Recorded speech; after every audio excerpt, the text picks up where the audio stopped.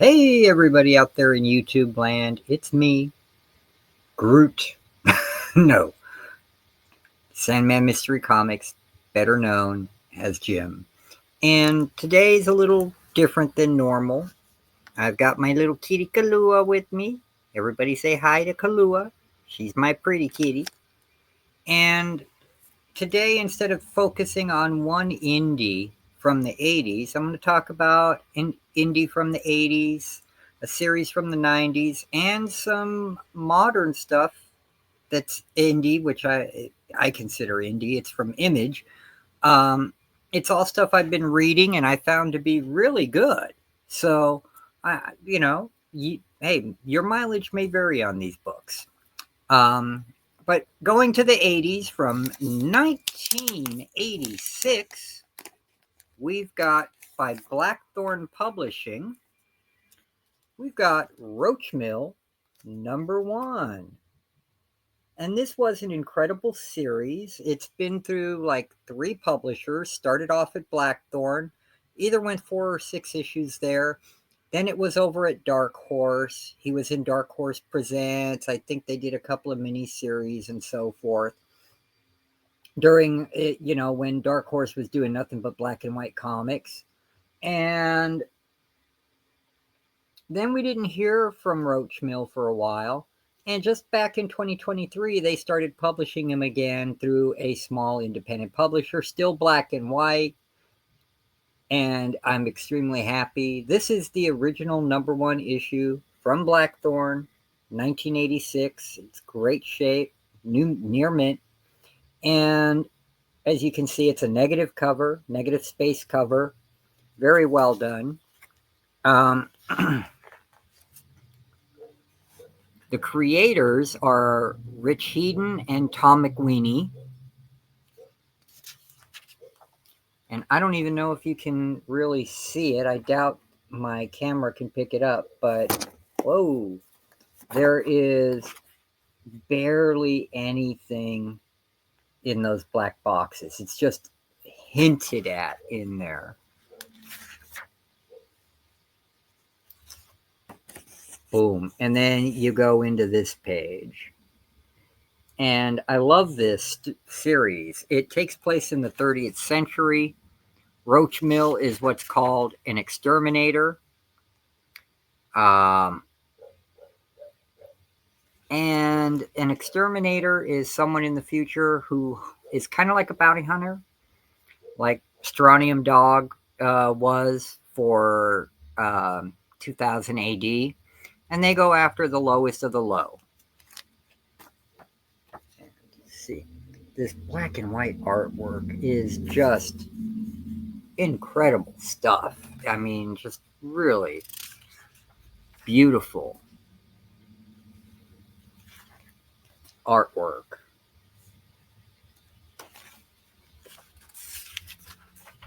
And it's a great story. In this story arc, he's framed for something he didn't do. And they throw him in the prison cell with all the criminals. And they're all aliens, as you can see.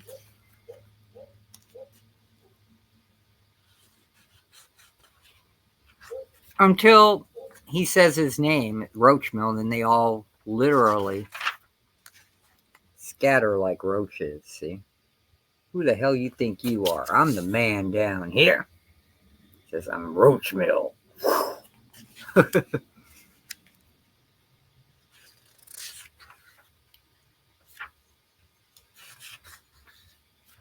It's just an incredible, incredible book.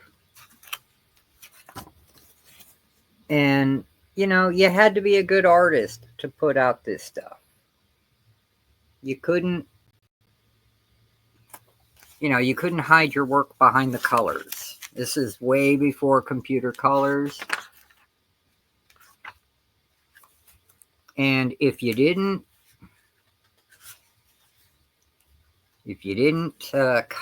have good art skills, people weren't going to buy your book.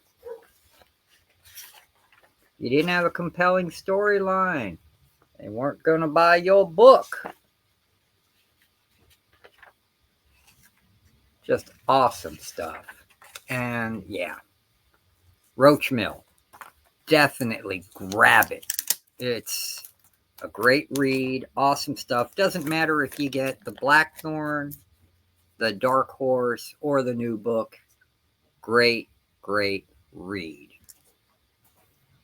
Next, we're going to go to the 90s. That's right, indies from the 90s. We're going to talk about a little publishing company called Sirius. You may have heard of Sirius, Sirius, like the star, air star system, or cluster, whatever it is, where Cry for Dawn got started, Joseph Michael Linsner. The Dark One, as he was called, put out a book, a couple of miniseries, of a character called Animal Mystic, as you can see. It's beautiful painted artwork. This is a wraparound cover. And it's kind of like a science fantasy story. This girl is a regular, 19-year-old teenager who's from California, Hollywood, California. Her dad's some kind of big mogul. And she was always working out and learned all this kung fu, martial arts, good stuff. And then all of a sudden, somehow, she gets transferred to this alien world, and turned into looking like an elf. You can see the nose is different, the ears, all that. And it's because she's prophesied to be some kind of chosen one to help fight this evil that's coming. I mean, the artwork is just gorgeous. It's fully painted, just like the artwork that Linsner did in Cry for Dawn. In fact, Animal Mystic's first appearance was as a backup story in Cry for Dawn. And then she proved popular, so they gave her her own series. In fact, she got 2 series. This is from the first series. And then here's the second miniseries, of which I'm missing 1 issue. I need to hunt it down. It's called Animal Mystic Water Wars. And yes, they got her in a truly suggestive pose there. Issue number 1. Issue number 2. I believe this is 3. Yep.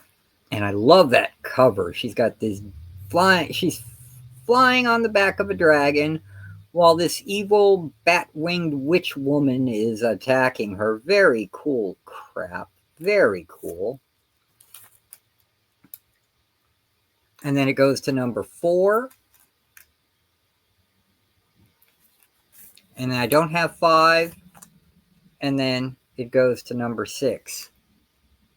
And it looks like here in number 6, she made it home and she's back to normal. At least that's what the cover suggests. I have not read this yet. I'm still reading the first series. Okay. If you find these, definitely get them. Not only are they a good read, but the art, as you saw, is incredible. So definitely check out Animal Mystic. All right. And last but not least, this stack of 5 books from the modern era. Image Comics. Who'd have thought Jim would read modern comics, let alone Image books? But there is a great little series they're doing. And no, I'm not talking about Jeff Johns' shared universe with Geiger and Junkyard Joe and the Rocketeers, all those guys, Redcoat. No. It's the Radiant Black universe. I started reading Radiant Black when it first came out, and now it's branched off with all these other characters. No One! This is some variant cover. I didn't pay a whole lot of money for this, so I was very happy to get this. Very cool crime noir drama story going on. where they thought the policeman's son, a big commissioner detective guy, his son was no one and killed people. But it turns out he's still running around while the son is in jail. Everybody's trying to figure out who he is, but he saves the police commissioner in this, so the story's deepened. Very cool. And then Rogue Son #1. I read this. He is part of the Radiant Black universe. Okay, very, very neat story. Then I got, and I did these, I got all these on the cheap. And then as you can see, it's kind of like the Kirby-esque cover, very cool. And this one is a very special variant. It is the Ivan Dow variant, and there's only 400 of these made. This is number 231, as you can see. This one has value, but I got it dirt cheap, and it is a beautiful cover. The exact same story in all of these. Okay. Very neat, very good read. Okay. The last one is Inferno Girl Red, and that's her on the cover. This is basically her origin story, and it's a thickie. And I got this on the cheap too. Okay. So, really fun stuff, really cool.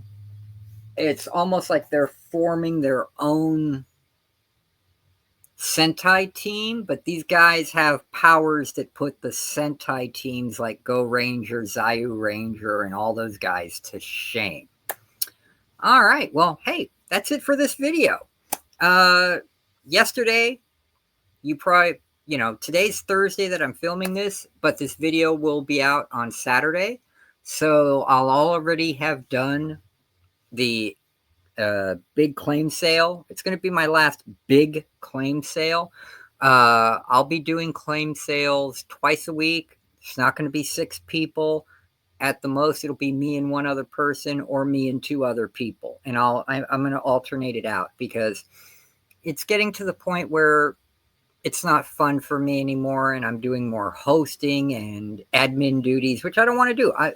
The whole point of me doing the claim sales is to get rid of all the books I don't want, dirt cheap, so when we move by the end of the year, have a lot less to move, and I don't mind helping anybody out.